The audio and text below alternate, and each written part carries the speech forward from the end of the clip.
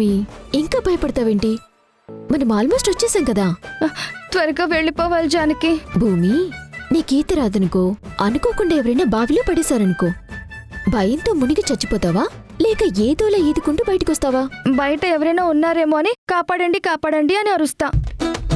సరే, ఆ చుట్టుపక్కల ఎవ్వరూ లేరనుకో, అప్పుడేం చేస్తావు?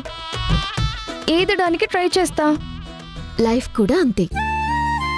మన కోసం ఎవరు వచ్చినా రాకపోయినా ఊపిరున్నంతసేపు పోరాడాలి. ఎలాగో వచ్చేసాం కదా, ఇప్పుడు కాసేపు సరదాగా ఉండు. మిగతా విషయాలు తర్వాత మాట్లాడుకుందాం. నవ్వు.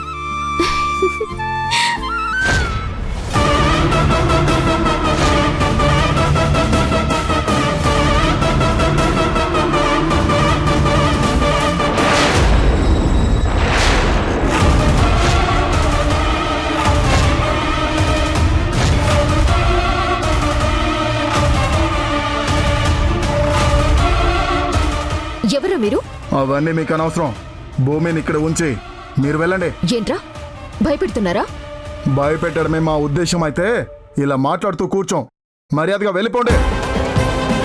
ఇంకా ఏంట్రా వాళ్ళతో మాట్లాడు? రూమ్ తీసుకెళ్తా కదా. వాళ్ళు వెళ్ళిపోతున్నారు. త్వరగా.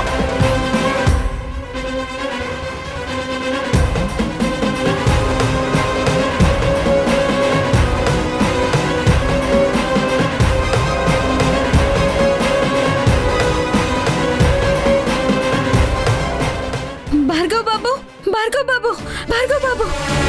ఏమైందిరా? అక్కడ అక్కడ భూమిని తీసుకెళ్లిపోయారు.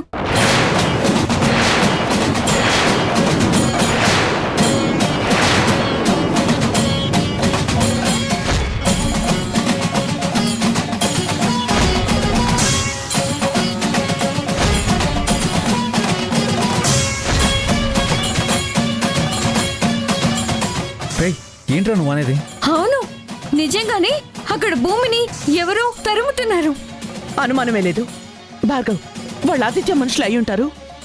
భూమిని తీసుకెళ్ళడానికి వచ్చి ఉంటారు. నువ్వు వెంటనే బయలుదేరి భూమిని కాపాడు. నేను చూసుకుంటాను అత్తయ్య. అయ్యో భగవంతుడా.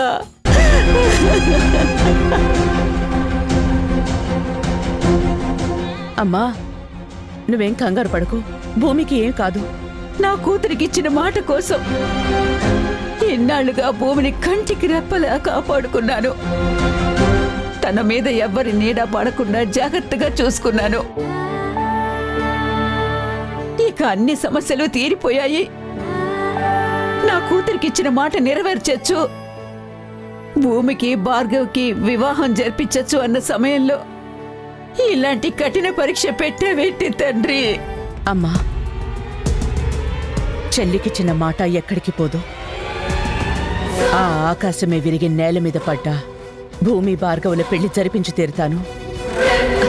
భూమికేం కాదమ్మా. మన భార్గవ్ ఆ రాముడు లాంటి వాడమ్మా.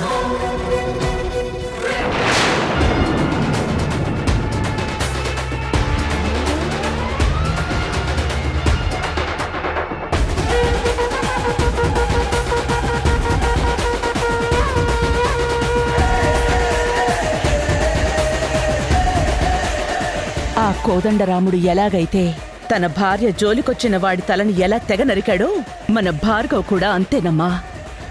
అతనికి కాబోయే భార్య దగ్గరకొచ్చిన వాళ్ళెవ్వరినీ వదిలిపెట్టడు. తెగ నరికైనా సరే మన భూమిని క్షేమంగా మన దగ్గరికి తీసుకొస్తాడు. వాడికి మాటలతో నచ్చజెప్పడమూ తెలుసు. వాడి జోలికొస్తే మండే అగ్నిగోళమై మీద పడ్డమూ తెలుసు. నువ్వు ధైర్యంగా ఉండమ్మా. నువ్వేం కంగారు పడకు. ధైర్యంగా ఉండు.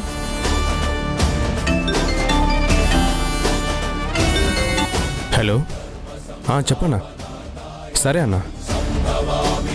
రై, మన వాళ్ళు ఈ దారిలోనే వస్తున్నారంట.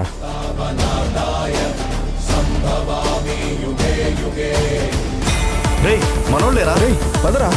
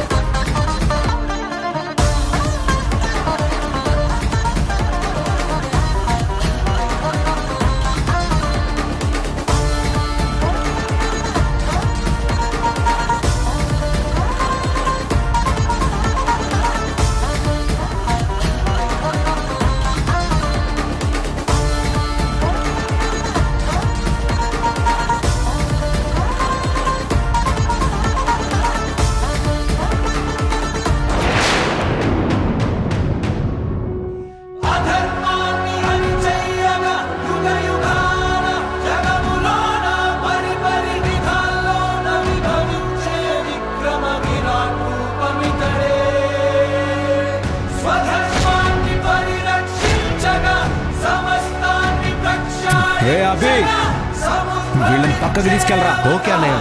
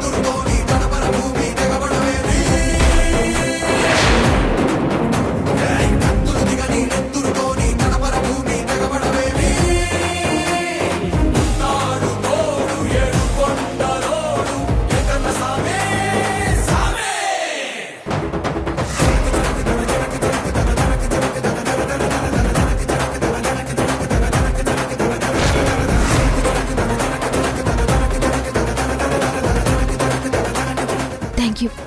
సమయానికి మీరు రాకపోయింటే అన్నయ్య అన్నయ్య నువ్వు నోర్మోయ్.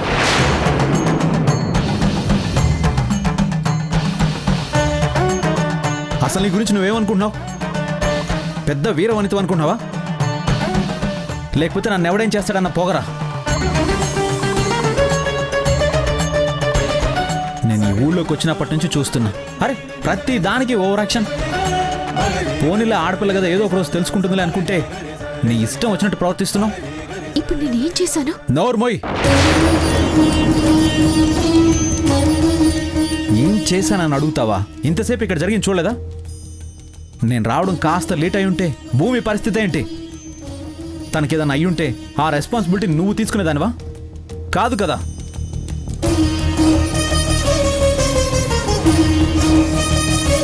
చూడు, దేనికైనా ఒక లిమిట్ అంటూ ఉంటుంది. ఆ లిమిట్ మించి చేశావో నాలోని సాఫ్ట్ నేచర్నే చూసా.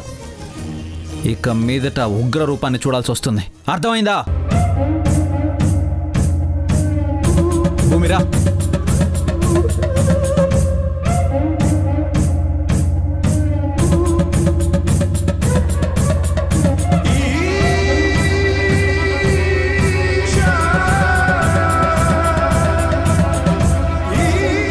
భగవంతుడా, మా జానకి ఏమీ కాకుండా చూడు తండ్రి. అలాగే భూమికి కూడా ఏం కాకుండా కాపాడు తండ్రి.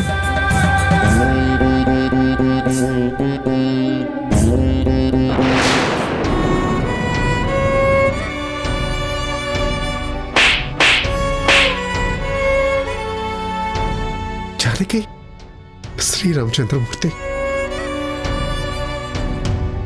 జానకి, నీకేం కాలేదు కదమ్మా? నువ్వు బాగానే ఉన్నావు కదా? ఎందుకీ భూమి ఏదమ్మా? ఆ అమ్మాయి క్షేమంగానే ఉంది కదా? మన బుజ్జి గుడికొచ్చి చెప్పేసరికి ఆ భార్గవ్ అభి కూడా బయలుదేరారు. వాళ్ళు వచ్చారు కదా? వచ్చారు నాన్న. వాళ్ళ మనిషిని తీసుకెళ్లిపోయారు. పోనీలమ్మా, ఆ అమ్మాయికి ఏం కాలేదు, నీకు ఏం కాలేదు. ఇప్పుడు నాకు ధైర్యంగా ఉంది. పద, ఇంటికి వెళ్దాం. నాన్న, అసలు భూమి మీద ఇలా అటాక్ చేయాల్సిన అవసరం ఎవరికుంది?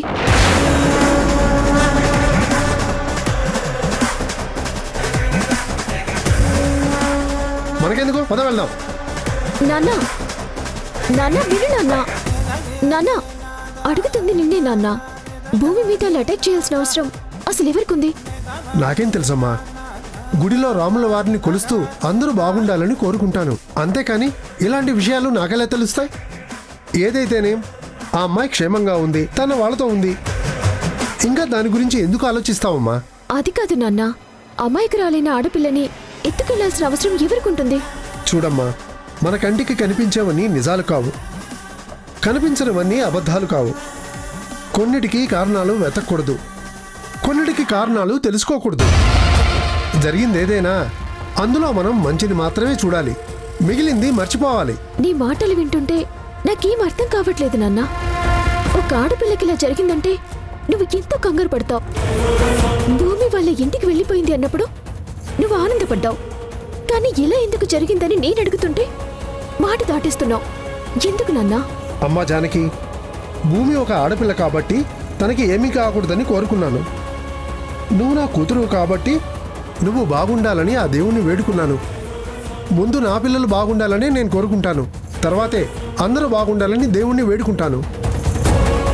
లోక సమస్త సుగుణభవంతు అని నిత్యం రాముని కొలిచేది అందరూ బాగుండాలనే. ప్రత్యేకించి నా కూతురు ఎప్పుడూ నవ్వుతూ ఉండాలి, తనకి ఎలాంటి ఇబ్బంది రాకూడదని నీ గురించి వేడుకుంటాను. అది నా బాధ్యత. నువ్వు ఇంకేం మాట్లాడకు, అంతే.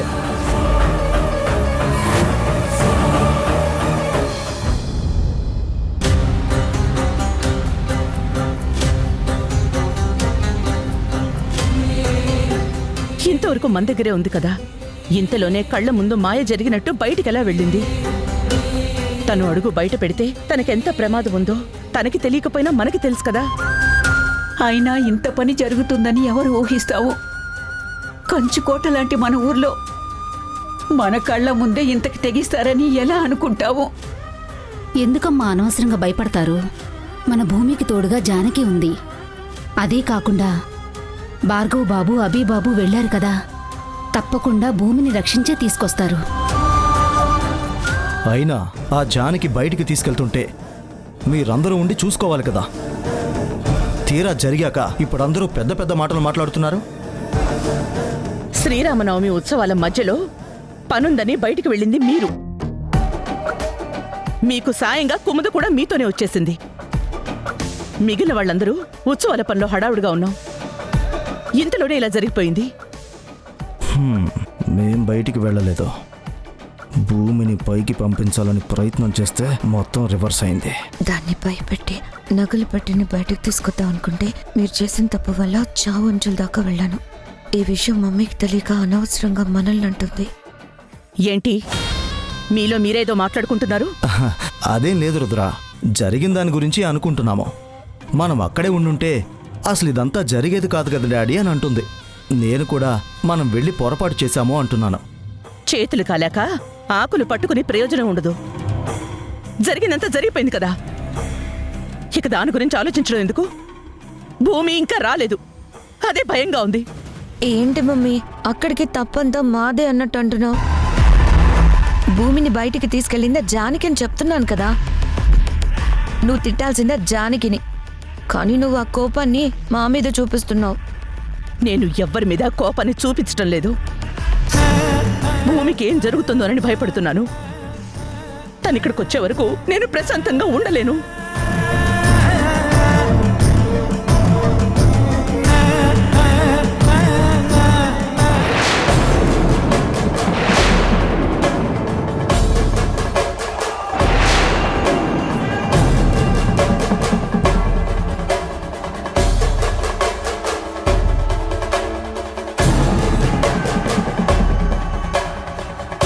భూమి, భూమి,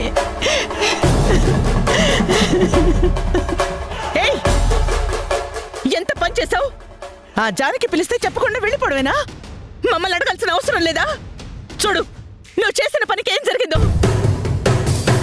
నువ్వు చేసిందంతా చేసి మళ్ళీ ఎందుకు ఏడుస్తున్నావు? నిన్ను అత్తయ్య,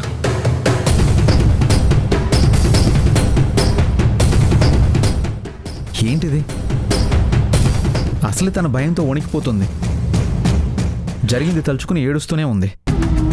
ఇప్పుడు మీరు ఇలా మాట్లాడి మరింత ఏడిపించకండి. అవునత్తయ్య, భూమి చాలా భయపడుతుంది. ఇప్పుడు మనం ఇంకేమైనా అన్నామనుకో తను ఇంకా బెదిరిపోతుంది.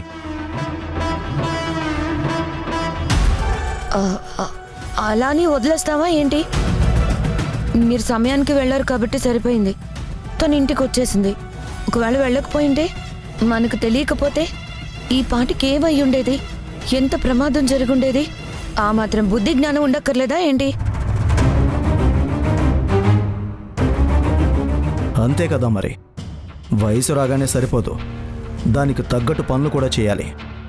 గుళ్ళో మీ మధ్యలో ఉండవలసిన మనిషి మీతో ఒక్క మాట కూడా చెప్పకుండా జానకి పిలిచిందని బయటికెలా వెళ్తుంది? ఇంకా ఎందుకే ఏడుస్తావు? ఏం మిగిలిందని ఏడుస్తున్నావు? ఈ ఏడుపుతో నువ్వు బాధపడుతూ మమ్మల్ని ఏడిపిస్తున్నావు. ఎక్కడున్నావో, ఎలాంటి పరిస్థితిలో ఉన్నావో తెలుసుకోకుండా ముందు వెనక ఆలోచించకుండా నీకు తోచింది నువ్వు చేయడమే కానీ మా గురించి పట్టించుకోవాలని లేదా? అమ్మా ఇంకా అందరూ ఆపండి. ఎవరు ఒక్క మాట మాట్లాడడానికి వీల్లేదు.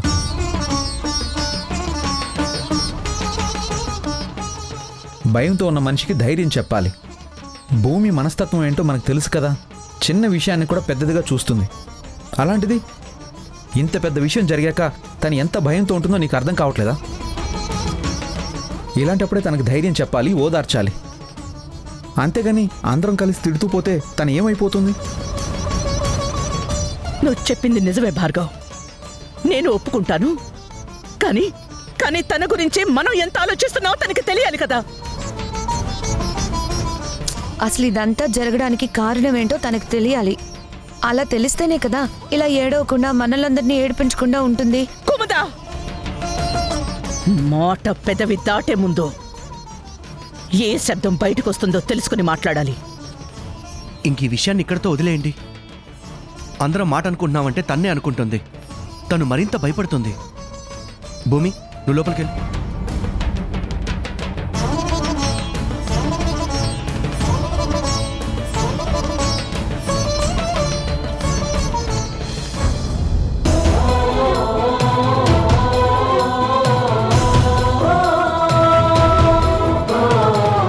నువ్వు చేసినంత చేసి మళ్ళీ ఎందుకు ఏడుస్తున్నావు? నిన్ను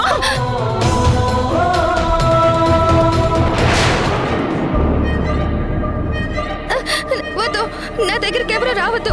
దయచేసి వెళ్ళిపోండి. నన్ను ఒంటరిగా వదిలేయండి. ఏంటి భూమి, ఒంటరిగా ఉంటావా? నలుగురిలో ఉంటేనే నువ్వు భయంతో గజగజ వణికిపోతూ ఉంటావు. అలాంటిది ఒంటరిగా ఉంటే ఊపిరి తీసుకోగలవా? ఏడు పాపి ఉండగలవా? నా ఏడుపు నేను ఏడుస్తున్నాను కదా, ఇంక నా గురించి నీకెందుకు? ఇక్కడి నుంచి నువ్వు వెళ్ళిపో. ఏంటి భూమి, నేను నీ కోసం వస్తే నువ్వేంటి నన్ను వెళ్ళిపో అంటున్నావు? నా అభిమానం నీకు అర్థం కావట్లేదా? చెప్పాను కదా, నాకెవరి ఓదార్పోవద్దు. నేను నిన్ను ఓదార్చడానికి రాలేదు, నీలో ఉన్న లోపాన్ని ఎత్తి చూపించడానికి వచ్చాను. నువ్వేంటో నీకు అర్థం కావడం లేదు. అసలు నువ్వు ఆడపిల్లవేనా? బొబ్బిలి వంశానికి చెందిన దానివేనా? అసలే నేను బాధలో ఉంటే ఇప్పుడు ఇలాంటి ప్రశ్నలు వేస్తున్నావేంటి? ఇప్పుడు కాకపోతే ఇంకెప్పుడు అడగాలి? ఈ ఇంటి ఆడపిల్ల అంటే ఎలా ఉండాలి? 100 మంది ఎదురొచ్చినా ఒంటి చేతో ఎదుర్కొనే ధైర్యానికి ప్రతిరూపంలా ఉండాలి. కానీ నువ్వెలా ఉన్నావు? కొంచెం గట్టిగా కసిరితే పారిపోయే పిల్లిలాగా ఓణికిపోతున్నావు. అసలు నీ రక్తంలో పౌరుషం అనేది ఉందా? నీలో ధైర్యం అనేది ఏ కొంచెమైనా మిగిలిందా? నువ్వు ఇలా మాట్లాడుతూ ఉంటే నాకు మరింత భయంగా ఉంది. ప్లీజ్ నన్ను ఒంటరిగా వదిలేసి నువ్వు వెళ్ళిపో. నేనెక్కడికి వెళ్తాను? చెప్పాను కదా, నా దృష్టిలో ఆడపిల్ల అంటే ఎదిరించే దానిలా ఉండాలి. ఎవరినైనా బెదిరించే మనిషిలా ఉండాలి. అంతేకాని ఏదో జరిగిందని ఇలా చలి జ్వరం వచ్చిన పేషెంట్ లాగా వణికిపోతూ ఉంటే చూడ్డానికి చిరాగ్గా ఉంది. నువ్వేదైనా చెప్తుంటే వినడానికి చాలా అసహ్యంగా ఉంది. ఇప్పుడు నన్ను తిట్టాలని వచ్చావా? నా లోపాన్ని ఎత్తి చూపించాలని వచ్చావా? ఇంకా నీకు అర్థం కాలేదా? అయినా నేను అంటున్నానని నువ్వు బాధపడుతున్నావా? నీలో లేని ధైర్యాన్ని నేనెత్తి చూపిస్తే తప్పే ఉంది. బొబ్బిలి వారసురాలు అంటే ఎలా ఉండాలో చెప్తున్నాను. మన ఇంటిని చూసి 32 గ్రామాలు ధైర్యంగా ఉంటాయని మా మమ్మీ నాకు చెప్తూ ఉంటుంది. అంతమందికి ధైర్యాన్ని ఇచ్చే ఇంట్లో ఉండే మనిషి ఇంత పిరికిదానిలాగా చీకట్లో ఉంటాను, ఒంటరిగా మిగిలిపోతాను అంటే ఎలా ఎలా చెప్పు? అసలు మనిషికి ఉండాల్సిన ఏ లక్షణమైనా నీకుందా అని నాకిప్పుడు అనుమానంగా ఉంది. ఏం మాట్లాడుతున్నావు కుముదా? అదేంటి బావా నన్నంటున్నావు? నేనేం తప్పుగా అనలేదే. ఇంకాపు, ఏది తప్పుగా అనలేదంటావేంటి? నువ్వు తన్నేమన్నావు మేము విన్నాం. నేనన్న మాటలు మీకు తప్పుగా కనిపించిందేమో కానీ నేను దాన్ని తప్పుడు ఉద్దేశంతో అనలేదు. మరే ఉద్దేశంతో అన్నావు? అరే తను భయపడుతుంది, తను ఎవరో ఏమీ అనద్దని ఇందాకే చెప్పాను. మళ్ళీ ఇక్కడికి వచ్చి ఎందుకు తన్ను అంటున్నావు? ప్లీజ్ బావా, తను నీకు మరదలైతే నాకు అక్క. తన మీద నాకు అభిమానం ఉండదా? నేను భూమి అని పేరు పెట్టి పిలిచినా సరే మా మధ్య ఉన్న బంధాన్ని నేను మర్చిపోగలనా? తను నాకు తోడబుట్టింది కాకపోవచ్చు, నా పిన్ని కూతురే కావచ్చు, కానీ ఈ ఇంటి రక్తం ఇద్దరిలోనూ ఉంది.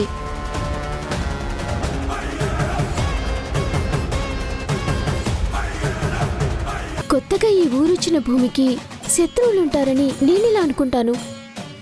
అయినా ఈ ఇంటి విషయాల్లో నువ్వు తలదూర్చడం ఏంటి? నేను తన పక్కనుంటే తను బాగుంటుందని మీ అమ్మగారు అడిగారు కాబట్టే నేను తనతో స్నేహం చేశాను. నా మాటలు భూమికి నచ్చాయి కాబట్టి తను నన్ను సొంత అక్కలా చూస్తోంది. అందుకే నేను తన గురించి ఇంతలా ఆలోచించాను. అంతేకాని తనకిలా ప్రమాదం జరుగుతుందని నేను ఊహించలేదు. నేను ఊహించలేకపోయాను. అసలు ఎందుకు ఇలా జరిగిందని నేను అడగాలనుకుంటున్నాను. కానీ మీరందరూ నన్ను అడుగుతున్నారేంటి? అసలు దానికి కారణం ఏంటి నాకు చెప్పండి.